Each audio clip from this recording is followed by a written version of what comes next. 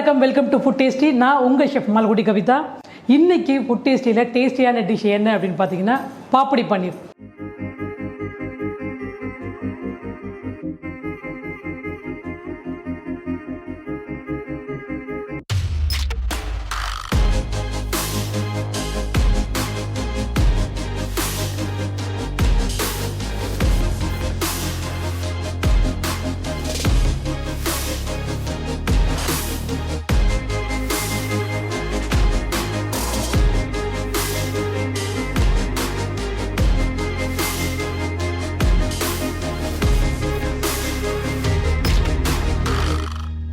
ஜென்ரலாக வந்துட்டு பன்னீரை வந்துட்டு பட்டர் மசாலா, பன்னீர் பட்டர் மசாலா சாப்பிடுவோம், பன்னீர் 65 சாப்பிடுவோம், இந்த மாதிரி ஒரு டிக்கா எடுத்துப்போம், இந்த மாதிரி வெரைட்டி ஆஃப் டிஷ் சாப்பிடுவோம். அந்த வகையில் பார்த்திங்கன்னா இன்றைக்கி ஒரு புது வெரைட்டியான ஒரு டிஷ்ஷு தான் இந்த பாப்படி பன்னீர்.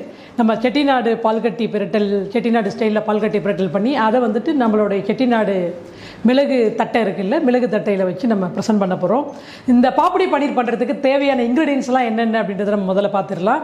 கண்டிப்பாக பன்னீர் வேணும், அதுக்கப்புறம் மிளகு தட்டை, அதுக்கப்புறம் வந்துட்டு வெங்காயம், தக்காளி, இஞ்சி பூண்டு பேஸ்ட்டு, லெமன், மிளகாத்தூள், மிளகுத்தூள், சோள மாவு, அதுக்கப்புறம் தேங்காய் பால் கொஞ்சம், தேங்காய் பேஸ்ட்டு கொஞ்சம், உப்பு. இதுதான் வந்துட்டு பொரிக்கிறதுக்கு எண்ணெய். இதுதான் வந்து இதுக்கு தேவையான இன்க்ரீடியன்ஸ். இப்போ நம்ம மேரினேஷனுக்கு தேவையானதெல்லாம் முதல்ல ரெடி பண்ணிக்கலாம். ஃபஸ்ட்டு ஒரு பவுலில் இந்த இப்போ நம்ம ஒரு 1/4 kg பன்னீர் கட் பண்ணியிருக்கோம். அதுக்கு தகுந்த மாதிரி ஜிஞ்சர் கார்லிக் பேஸ்ட்டு.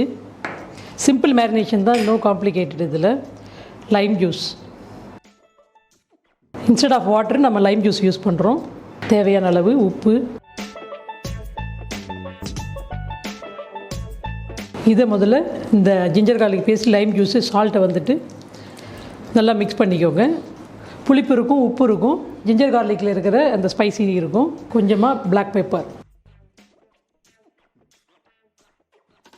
காரம் நமக்கு யாருக்கு எப்படி வேணுமோ அதுக்கு தகுந்த மாதிரி யூஸ் பண்ணிக்கோங்க. இப்போது பன்னீர்.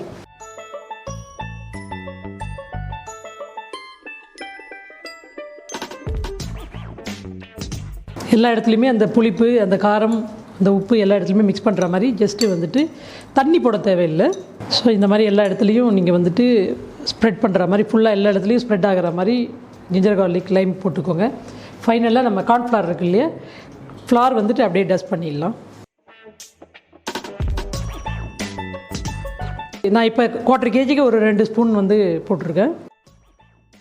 இதில் தண்ணி ஊற்ற வேணாம். அதில் இருக்கிற லைம் ஜூஸில் இருக்கிற வெட்டிலே வந்துட்டு இந்த ஃப்ளார் வந்து ஃபுல்லாக அப்சர்வ் ஆகி ஃபுல்லாக பைண்டிங் மாதிரி உங்களுக்கு ஆகிடும்.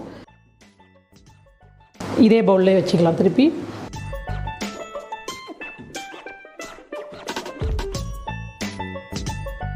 ரைட், மேரினேஷனும் ரெடி ஆகிடுச்சு. இப்போ நம்ம என்ன பண்ண போகிறோம் அப்படின்னு பார்த்தீங்கன்னா, அடுப்பை பற்ற வச்சுட்டு எண்ணெயை ஃபஸ்ட்டு காய வச்சுக்கலாம்.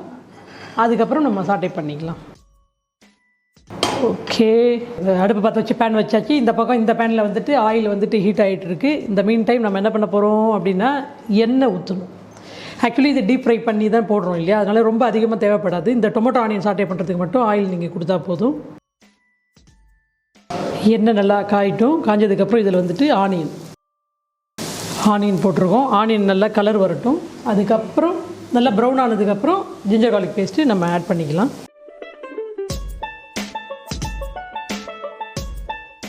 ஆக்சுவலி நம்ம என்ன பண்ணுறோன்னா, இப்போ ஆனியன் சாட்டே ஆகிட்டு இருக்குது. இந்த மீன் டைம் ஜென்ரலாக வந்துட்டு பன்னீரை வந்து ஒரு கிறிஸ்பியாகவும் இருக்கணும், கொஞ்சம் க்ரன்ச்சியாகவும் இருக்கணும், ஒரு டிஃப்ரெண்ட் டேஸ்ட்டோட அந்த பெப்பர் தட்டை இருக்கு இல்லையா, மிளகு தட்டை, அந்த தட்டையில் இப்போ நீங்கள் எப்போ ப்ரிப்பேர் பண்ணி வேணாலும் வீட்டில் வச்சுக்கலாம். எப்போ தேவையோ அப்போ நம்ம இந்த மாதிரி ஸ்நாக்ஸ் இருந்துச்சுன்னா அந்த ஸ்நாக்ஸில் இதை நம்ம செட் பண்ணி சாப்பிட்லாம்.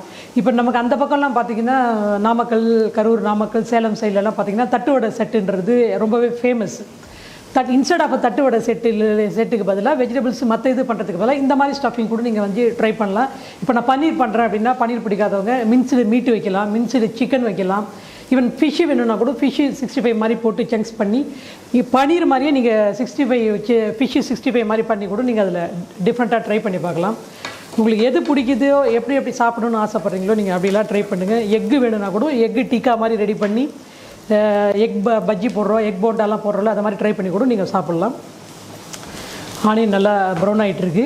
ஜென்ரலாக தட்டுவடைன்றது தெரியும் இல்லை உங்களுக்கு, புழுங்கல் அரிசி ஊற வச்சு, பொட்டுக்கடலை மாவு, புழுங்கல் அரிசி, கொஞ்சம் மிளகு, பட்டை இதெல்லாம் போட்டு காஞ்ச மிளகா போட்டு அரைச்சி பொட்டுக்கடலை மாவு கொஞ்சம் அதில் சேர்த்து மிக்ஸ் பண்ணி சின்னதாக ரவுண்டாக தட்டி நம்ம ஃப்ரை பண்ணி எடுக்கணும். சிம்பிளான ஒரு ஸ்நாக்ஸ் தான் அது, நம்மளோட ட்ரெடிஷ்னல் ஸ்நாக்ஸு. அதுவும் மிளகு வடை அப்படின்னா இன்னும் கொஞ்சம் நல்லாயிருக்கும். ஆனியன் ஃப்ரை ஆகிட்டு இப்போ ஜிஞ்சர் கார்லிக் பேஸ்ட்டு போட்டுக்கலாம்.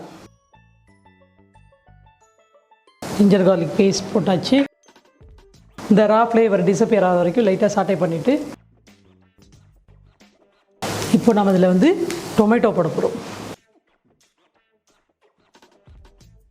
இப்போ தக்காளி நல்லா வதங்கட்டும். ஏற்கனவே நான் ஃபைனாக ஸ்லைஸ் பண்ணியிருக்கிறதுனால கொஞ்சம் ரொம்ப டைம் எடுக்காது, சீக்கிரமாக ஆயிரும். உங்களுக்கு அந்த எல்லாமே டொமேட்டோ ஆனியன் ஸ்மாஷ் ஆகி அந்த ஒரு சாஸ் கன்சிஸ்டன்சி வரும்போது நம்ம எண்ணெயும் அந்த பக்கம் சைடில் ரெடி ஆகிட்டு இருக்குது. டக்குன்னு இதுலேருந்து ஃப்ரை பண்ணி அப்படியே இதில் போட்டுற வேண்டியது தான். ஒரு நமக்கு இப்போ இட்டாலியன் ஃபுட்டு ஃப்ரெஞ்சு ஃபுட்டெல்லாம் பண்ணும்போது செப்பரேட்டாக ரெடி பண்ணிவிட்டு சாஸ் செப்பரேட்டாக பண்ணி மேலே கொடுப்பாங்க. நம்மளுடைய ட்ரெடிஷ்னல் சவுத் இண்டியன் ட்ரெடிஷ்னல் நம்ம இந்த மாதிரி ரெடி பண்ணி ஒரு டிஃப்ரெண்ட்டாக இப்படி ட்ரை பண்ணுறோம். நம்ம வீட்டில் என்னென்ன இன்க்ரீடியன்ஸ் இருக்குதோ அதை வச்சு சிம்பிளாக என்ன பண்ணலாம் அப்படின்னு சொல்லிட்டு பண்ணலாம். ஈவன் பன்னீர் கூட நீங்கள் கடையில் கிடைச்சா வாங்கிக்கோங்க, இல்லைனா வீட்டில் இருந்துச்சுன்னா கூட என்றைக்காவது எக்ஸ்ட்ரா பால் மீந்துருச்சு அப்படின்னா கூட பால் நல்லா காய்ச்சி ஒரு லைம் ஜூஸ் கொஞ்சம் போட்டிங்கன்னா பால் கேர்டில் ஆகிடும். அந்த பால் திரிஞ்சதுக்கப்புறம் அதை ஒரு மஸ்லின் கிளாத்தில் போட்டு வடிகட்டி மேலே ஏதாவது ஒரு வெயிட்டு தூக்கி வச்சிட்டிங்கன்னா அப்படியே பிளாக் ரெடி ஆகிடும், பன்னீர் பிளாக்கு. அதை எடுத்து வச்சு ஃப்ரெஷ்ஷாக கூட நீங்கள் வந்துட்டு கட் பண்ணலாம். டொமேட்டோ வந்துட்டு நல்லா ஸ்மாஷ் ஆகிட்டு இப்போ நம்ம வந்துட்டு ஸ்பைசஸ் ஆட் பண்ணிக்கலாம். மெயினாக உப்பு வந்துட்டு இப்போ உள்ள தனியாக நம்ம பன்னீருக்கு போட்டிருக்கோம். இதுக்கு என்ன தேவையோ அது மட்டும் சால்ட்டு போட்டுக்கலாம். இதுக்கப்புறம் சில்லி பவுடர், காரத்துக்கு தகுந்த மாதிரி சில்லி போடுங்க. நான் கலருக்காக வேண்டிய இந்த காஷ்மீரி பைடிகை சில்லி யூஸ் பண்ணுறேன், கர்நாடகா மிளகா காஷ்மீரி சில்லி பவுடர் அந்த மாதிரி யூஸ் பண்ணுறோம். அண்ட் லைட்டாக பெப்பர் போடுங்க.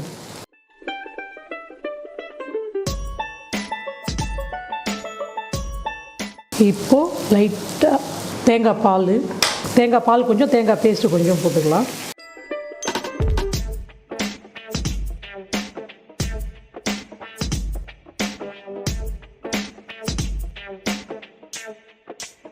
ஒரு செமி கிரேவி கன்சிஸ்டன்சி இருந்துச்சுன்னா உங்களுக்கு பன்னீர் போட்டு டாஸ் பண்ணும்போது அந்த சாஸ் வந்து எல்லா இடத்துலையுமே ஸ்ப்ரெட் ஆகி நல்லாயிருக்கும். இதை இப்போ ஸ்லோ பண்ணிக்கலாம். நமக்கு பன்னீர் ரெடி ஆகிட்டு இப்போ ஆயில் ரெடி ஆகிடுச்சு. இப்போ பன்னீர் அப்படியே ஃப்ரை பண்ணிக்கலாம். நான் வேணால் இந்த பேனை அப்படியே இங்கே மாற்றிக்கிறேன். இப்போ வந்துட்டு பன்னீரை ஃப்ரை பண்ணிடலாம். தண்ணியே போடாமல் நம்ம வந்துட்டு இதை வந்து மேரினேட் பண்ணியிருக்கோம்.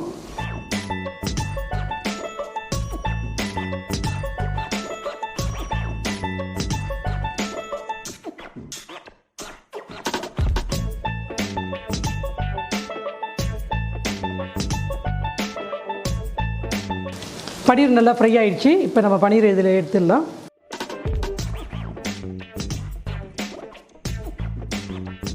சாஸும் ரெடியாக இருக்குது சூடாக. இதுக்கு மேலே நீங்கள் சாஸை வந்துட்டு இது பண்ணிங்கன்னா உங்களுக்கு கன்சிஸ்டன்சி வந்து ரொம்ப சாகியாக போயிடும். ஸோ இந்த செமி கிரேவி கன்சிஸ்டன்சி இருக்கும்போது அப்படியே பன்னீரை போட்டு டாஸ் பண்ணலாம். ஃப்ரை பண்ண பன்னீரை அப்படியே போட்டுடுறோம், டாஸ் பண்ணிக்க வேண்டியது.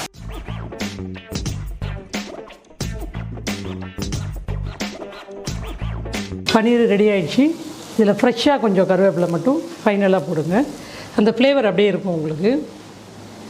இந்த சூட்டில் ஒரு மாதிரி டிஃப்ரெண்ட்டாக இருக்கும். நம்ம ஃப்ரை பண்ணிட்டோம்னா நொறுங்கி போயிடும் கருவேப்பிலை, அதனால தான் வந்துட்டு அப்படியே போட்டிருக்கேன். ரைட், பாப்படி ரெடி, பன்னீர் ரெடி, ரெண்டுத்தையும் சேர்த்து வச்சு சர்வ் பண்ண வேண்டியது தான்.